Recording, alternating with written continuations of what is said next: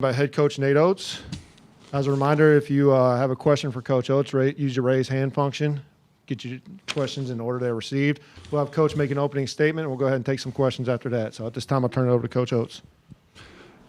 Yeah, I mean, it's always good to get a win. I thought our guys, it's actually good to play some close games, too. We'd been hitting shots at a pretty high clip and blowing some teams out. So it's good to have to execute some late game stuff. I was a little bit disappointed with somehow how we executed late, but I was really pleased that we were able to figure out how to get the win. I thought our defense stepped up pretty big there at the end. Shaq and Petty both hit big threes to kind of open up a lead on offense too. So, great start to the year.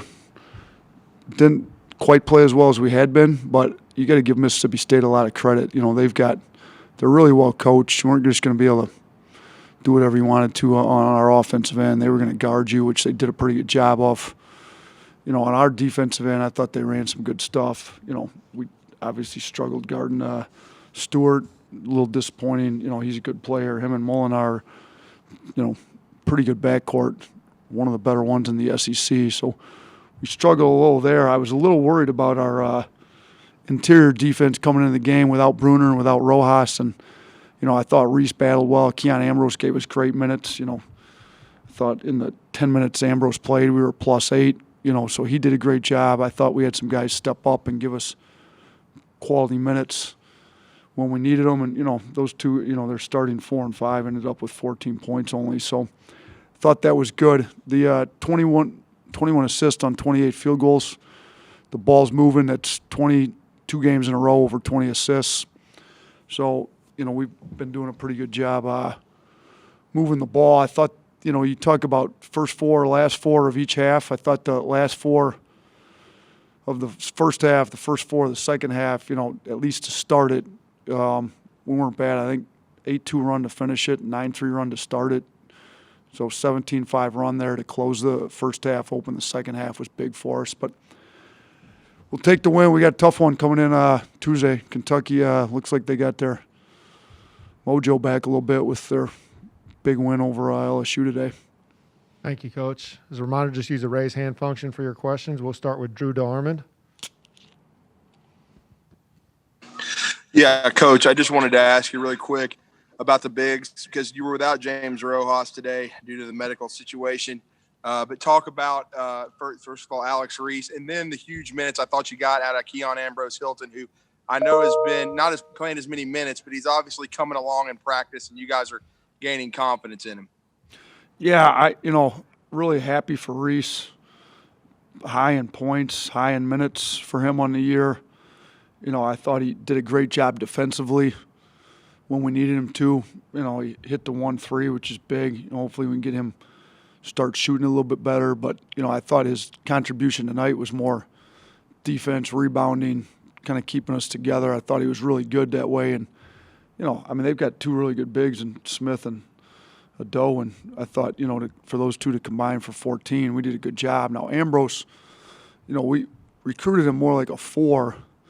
He's having to play 5. We're trying to get his skill level up so we can play more 4 on the perimeter. But, he's a great kid. His attitude's been unbelievable all year. He comes in, he's in every morning trying to get better, get his skill level up so that in the future he can play on the perimeter more like we want him to. In the meantime, he's given us whatever he can give us whenever we get of him. I thought the end of the LSU game, all those guys that were in the last 8 minutes, I wasn't real happy with those 8 minutes. I actually had a 20-minute video session with just those 8 minutes and those 5 players before we did the cleanup with the rest of the team.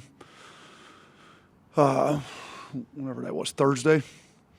So, I told Keon, you've got a great chance here to play without Bruner. We got to do better. I didn't, maybe it's hard in those roles sometimes to not knowing how many minutes, when they're going to come, all that. So I thought he did a really good job getting himself mentally ready to play today, especially knowing the fact Rojas wasn't going to be able to play. He had to give us some decent minutes. And I thought when he came in, we were good. He rebounded the ball. He guarded it. You look at his, he had a steal. He made a couple buckets. So I thought we were +8 in the 10 minutes he was in, so I thought he was really good. Next up, Mike Rodak.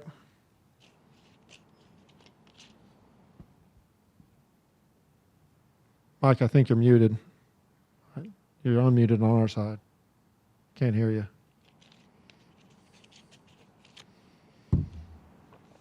All right. I'll tell you what, let's go back to Mike later. Let's go ahead and go Cecil Hurt.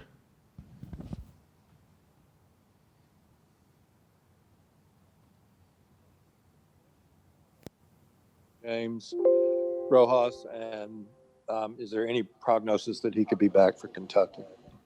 Rojas, we're hoping. Dr. Bittner was in here today, kind of giving me the lowdown, but he's not doing well right now. But he could be. I mean, Bruner won't be back. He's still out a few more weeks, but we're hoping we can get Rojas back before Kentucky. We'll have to see how he comes along in the next few days here.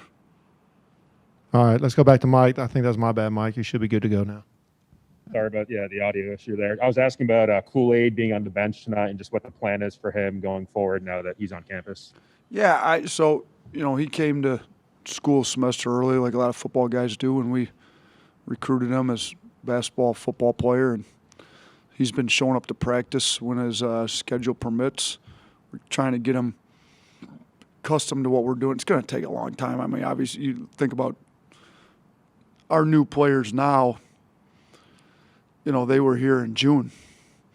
So think about all the time that he's missed. It's going to be hard for him to do anything realistically with the team game-wise this year. But, we're going to let him practice. Now, obviously, when they start their conditioning program in football, that takes precedent. So we'll see what our time looks like when that starts. But for now, anytime he can get over here and practice with us, he practiced with us yesterday. We ran him on the scout team. He's a great kid. I like having him around. I shot a game of pool with him today after shoot around. He likes to talk. I like the kid a lot, so I love having him around. I just we'll have to see how the schedules work out and how much we can get him. He seems like a pretty intelligent kid to where he can pick stuff up pretty quick too. So he's obviously a great athlete.